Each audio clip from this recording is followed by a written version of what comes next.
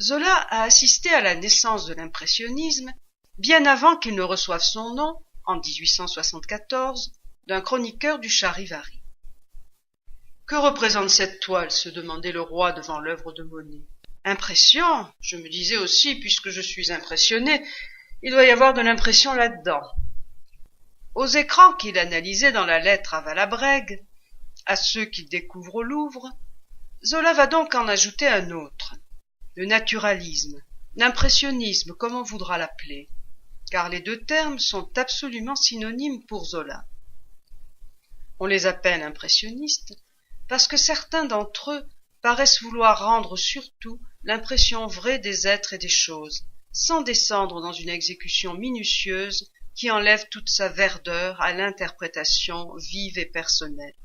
Pour moi, le groupe d'artistes en question est simplement un groupe d'artistes naturalistes.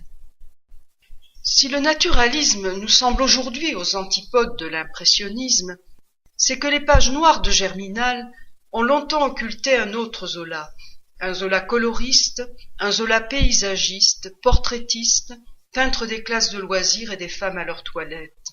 C'est aussi qu'on a négligé l'analyse naturaliste des milieux par les peintres qu'il aimait, pour ne retenir que les pommiers en fleurs, les canotiers et les flonflons de la fête impressionniste. Impression soleil levant date de 1872. Zola lui rend hommage dès 1873 dans Le ventre de Paris, à travers un jeu de métaphores mêlant les images romantiques du Paris océan, accordées au tempérament de Florent, et celles du soleil éclairant les toitures des halles. L'énorme charpente de fonte se noyait, bleuissait, n'était plus qu'un profil sombre sur les flammes d'incendie du Levant. En haut, une vitre s'allumait, une goutte de clarté roulait jusqu'aux gouttières, le long de la pente des larges plaques de zinc. L'année suivante, il cite à nouveau Monet dans La faute de l'abbé Mouret. Roman méconnu, La faute est le roman du naturalisme athée. L'intrigue est en effet clairement anticléricale. Le jeune prêtre Serge Mouret a choisi d'exercer son sacerdoce dans un village de Provence. Son père, François Mouret, et sa mère, Marthe Rougon, sont morts fous, l'une d'hystérie religieuse, l'autre de délire de la persécution. Lui-même est en proie à une névrose mystique qui se mue en congestion cérébrale. Son oncle, le docteur Pascal Rougon, entreprend de le guérir en le transportant au Paradou, un domaine abandonné, entouré d'un immense parc rendu à la nature. C'est là que Serge va renaître à la vie, au contact d'Albine, élevé en sauvageonne par un oncle rousseauiste. Grisés par les floraisons géantes du parc, les deux jeunes gens y découvrent l'amour. Mais le jeune prêtre est repris par la haine de la chair apprise au séminaire. Il retourne dans son église sous la férule d'un moine fanatique, tandis qu'Albine, enceinte, meurt dans l'asphyxie des roses, des œillets et des tubéreuses. C'est à la manière de Monet, dont le jury venait de refuser les coquelicots au salon de 1873, que Zola décrit les jeunes gens marchant au milieu d'herbes limpidement bleues, piquées çà et là de pétards rouges, traversant des mares pourpres de coquelicots. Les jardins fleuris de la faute sont si proches de ceux de Monet qu'on a cru parfois que Zola avait décrit ceux de Giverny. C'est évidemment une erreur, puisque le roman date de 1875 et que l'artiste n'acheta Giverny qu'en 1883. En tout cas, dira Zola, les deux se sont ressemblés dans le foisonnement sauvage des feuillages et des fleurs, et l'on pourrait glaner dans le texte un bouquet d'images qui rappellent les floraisons barbares des premiers jardins de Monet, ceux de Sainte-Adresse et d'Argenteuil. Car Zola et Monet ont en commun de préférer les fleurs vivantes aux natures mortes de la peinture classique. Avec eux, c'est bien la nature, poussant librement dans la terre, qui est élevée au rang de l'art. Ils traversèrent ensuite des champs de Véronique aux grappes violettes, des champs de géranium et de pélargonium, sur lesquels semblaient courir des flamèches ardentes, le rouge, le rose, le blanc incandescent d'un brasier que les moindres souffles du vent ravivaient sans cesse. ils durent tourner des rideaux de glaïeul, aussi grands que des roseaux, dressant des hampes de fleurs qui brûlaient dans la clarté, avec des richesses de flammes de torches allumées. Ces glaïeuls ressemblent à s'y méprendre à ceux de Monet, non seulement à ceux de Sainte-Adresse, dont le rouge flamboie, mais plus encore à ceux d'une toile dont la datation reste problématique. Longtemps datée de 1873, 2 ans avant la publication du roman, elle a été repoussée à 1876, un an après, par Wildenstein. Or, Zola semble bien pourtant reprendre le motif et la mise en page de Monet. Le chemin tournant autour de ce massif coloré, qui envahit la toile en un premier plan brutal, est rendu au plus près par le texte. Mais comme le remarque Zola dans Mon Salon, en 1868, Monet reste un vrai Parisien, même lorsqu'il peint des prairies ou des jardins en fleurs.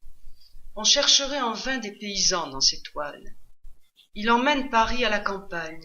Il ne peut peindre un paysage sans y mettre des messieurs et des dames en toilette. La nature paraît perdre de son intérêt pour lui dès qu'elle ne porte pas l'empreinte de nos mœurs. Ces femmes au jardin, refusées au salon de 1867, sont un superbe boudoir de feuillage. Le jury a beau leur défendre l'entrée de l'exposition officielle, ces toiles, affirmait Zola, resteront comme une des grandes curiosités de notre art, comme une des marques des tendances de l'époque. Pour quelqu'un qui est censé tout ignorer de l'art impressionniste, avouons que c'est plutôt bien vu.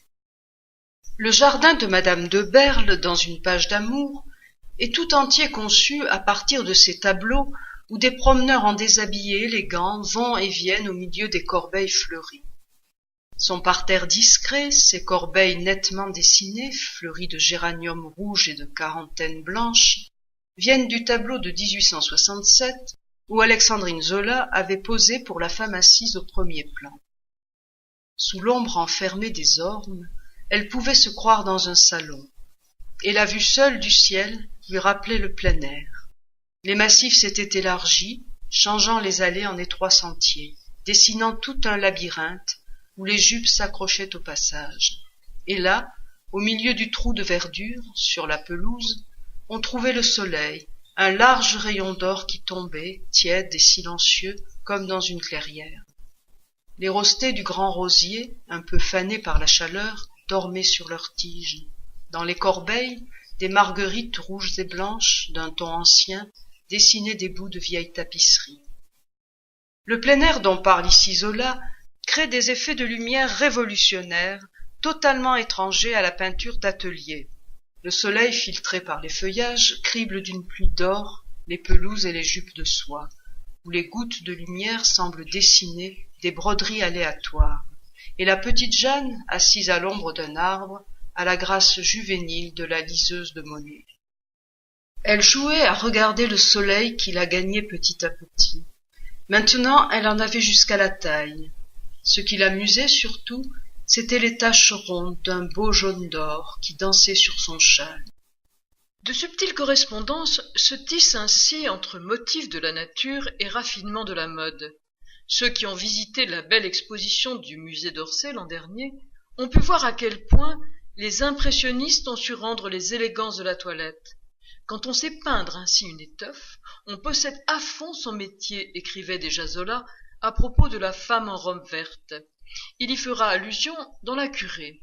Maxime, assis dans la calèche, s'était penché, suivant des yeux une dame dont la robe verte l'intéressait.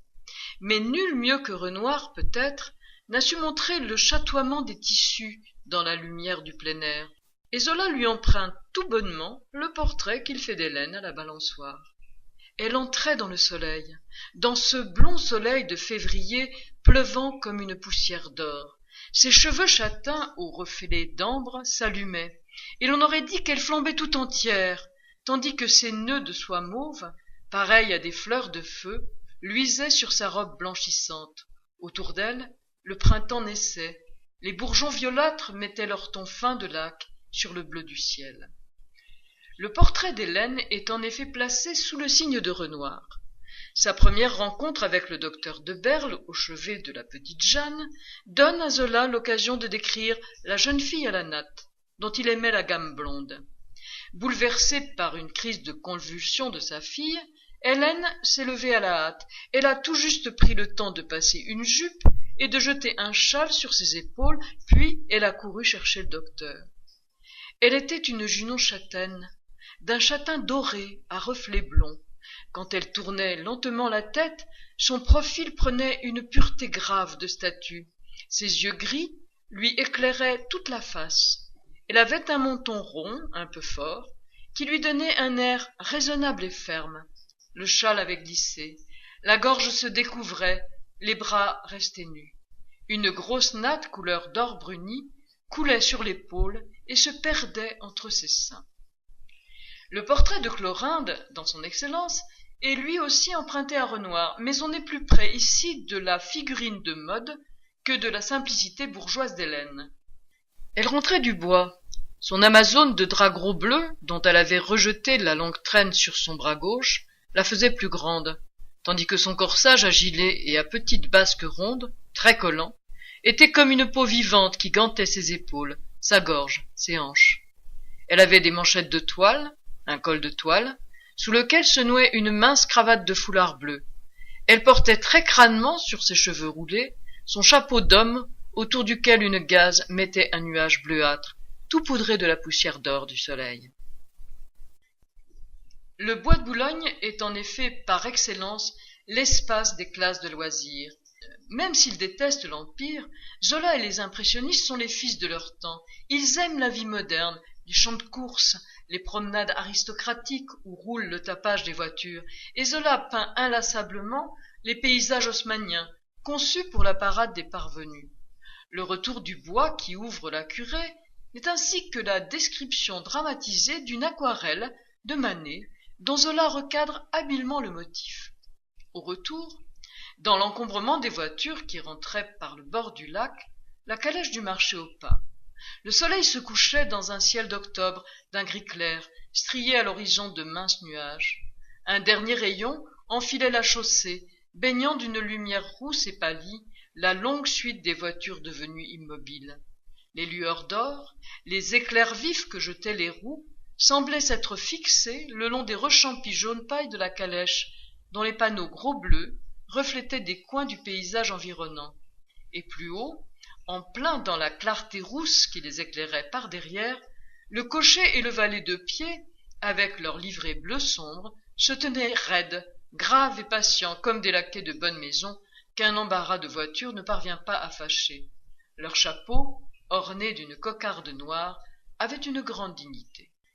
Après avoir emprunté à Manet son retour du bois en automne, Zola reprend la palette argentée de Renoir pour décrire les patineurs du bois de Boulogne avec leurs subtiles variations de gris, tantôt blanchis par la neige, tantôt verdis par les sapins. Le bois était tout gris, avec des filets de neige semblables le long des branches à de minces guipures.